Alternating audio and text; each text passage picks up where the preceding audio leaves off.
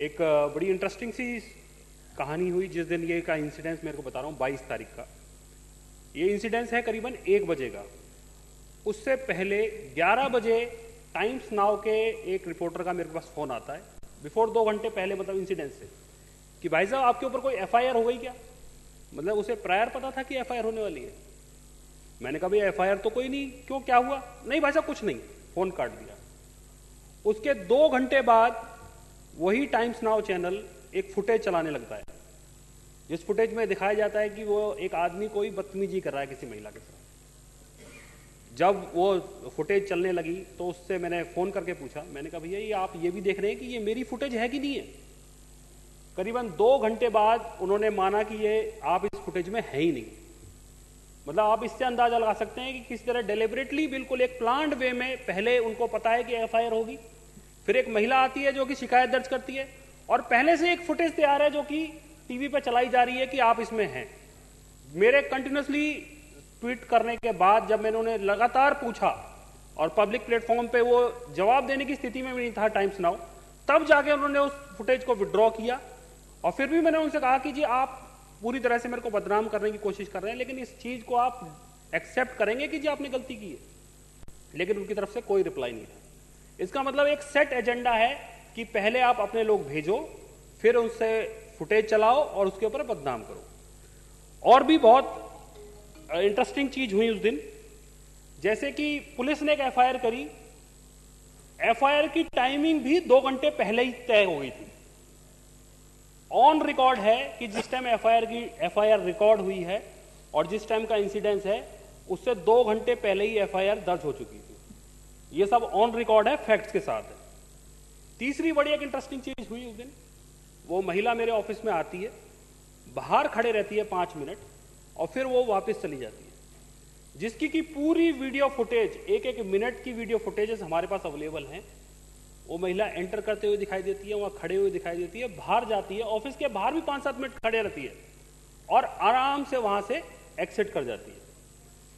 उसके बाद वहां से कोई पुलिस कॉल नहीं, कोई जानकारी किसी को नहीं। अगर किसी का इंसिडेंस होगा तो कम से कम एक 100 नंबर की कॉल तो करेगा आदमी। कोई जानकारी किसी को नहीं, और वो महिला जाके रात में जाके एक एफआईआर दर्ज करा देगी, जी मेरे साथ ऐसा ऐसा हुआ।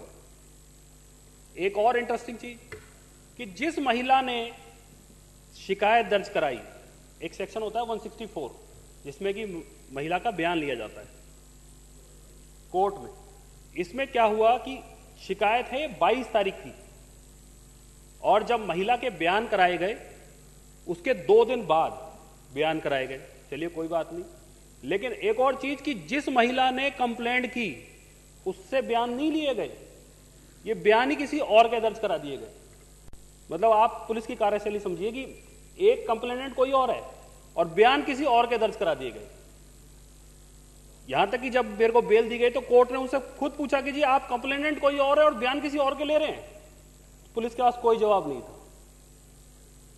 और उसके बाद डीसीपी खुद जाता है किसी महिला के घर, उसको ले जाके और बयान दर्ज कराया था, जबकि वो कंप्लेनेंट ही नहीं है।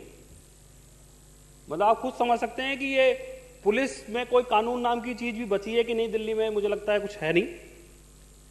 दूसरा, सब चीज जब ये फैक्ट सबके सामने थे तो मैं ये फैक्ट एक प्रेस कॉन्फ्रेंस के माध्यम से सबके सामने ले जाना चाहता था कि भाई जो चीज आज मैं कह रहा हूं वो सब चीज जनता के बीच में जाए कि ये इतनी इतनी सब चीजें हो रही हैं।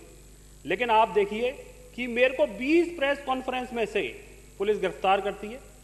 मुझे अपनी बात रखने तक का मौका नहीं दिया गया कि मैं कम से कम अपनी बात रख पाऊं कि देखिए ये हुआ है, ये इंसिडेंस है, मेरे पास वीडियो फुटेजेस हैं, मैं सारी वीडियो फुटेजेस आपको देने को तैयार हूं।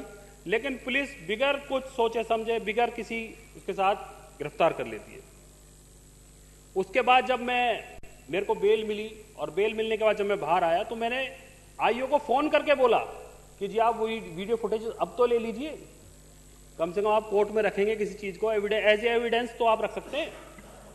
आज उस इंसिडेंस को 60 दिन से ऊपर हो चुके हैं, वो आईओ अभी तक इतनी जहमत नहीं उठा पाया कि वो वीडियो फुटेजेस ले जाए, जबकि 2 बार मैं उसे कंटिन्यूसली फोन करके बोल चुका हूं कि जी आप वीडियो फुटेजेस ले जाइए मेरे यहां से, क्योंकि वो चाहते ही नहीं कि किसी तरह से कोई चीज एविडेंस के साथ आए।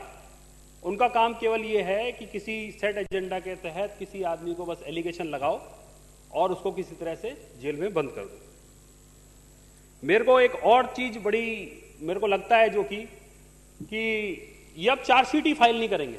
बेसिकली कोई चार्जशीट में कोई इनके पास एविडेंस ही नहीं है, कोई गवाही नहीं है, क्योंकि जो इंसिडेंस हुआ ही नहीं उसका गवाह और फैक्ट्स कैसे सामने आएंगे। तो केवल इनका इतना एजेंडा है कि एलिगेशन लगाओ, अरेस्ट करो और मीडिया में चलाओ कि देखिए जी ये किस तरह के लोग हैं जो महिला सुरक्षा की बात करते हैं, जो कि इनके एजेंडा में था उसको धूमिल करने के लिए, हमारी छवि खराब करने के लिए इस तरीके के काम हो रहे हैं। दूसरा एक और चीज है कि जिस महिला ने मेरे खिलाफ ये एलिगेशंस लगाए हैं वो पहले 9 लोगों के ऊपर और इसी तरीके का एलिगेशन लगा चुकी है, ये भी ऑन रिकॉर्ड है।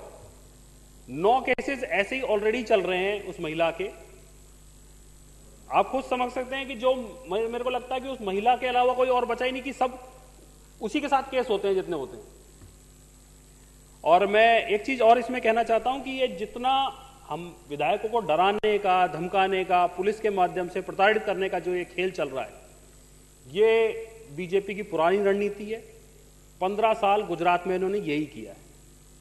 ये पूरी तरह से गुजरात मॉडल को यहां भी रिप्लिकेट करना चाह रहे हैं।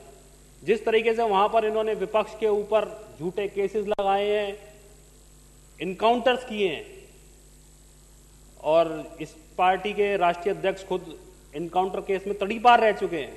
जिस तरीके का मॉडल इन्होंने गुजरात में, जो डर का माहौल, जो टेरर का माहौल पूरे गुजरात में बना के रखा था, उसे दिल्ली में भी लाना चाह रहे हैं। लेकिन मैं एक बात बड़ी जिम्मेदारी के साथ, बड़ी नम्रता के साथ कहना चाहता हूं कि यह हमें कांग्रेस ना समझें।